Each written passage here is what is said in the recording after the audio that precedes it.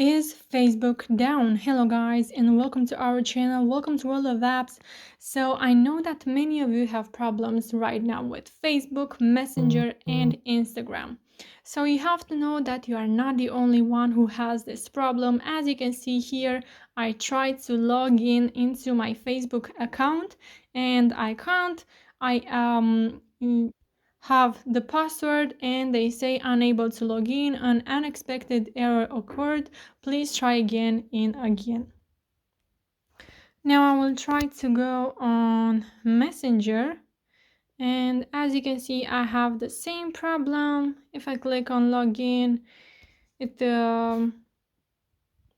lags.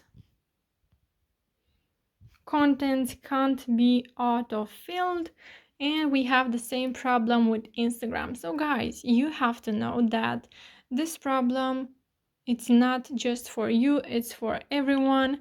So everyone has this problem. You don't have to worry about, because Facebook Meta will solve it as soon as possible. But if you still want to try to fix it, you should restart your phone, log out, and then log in once again and see if it works.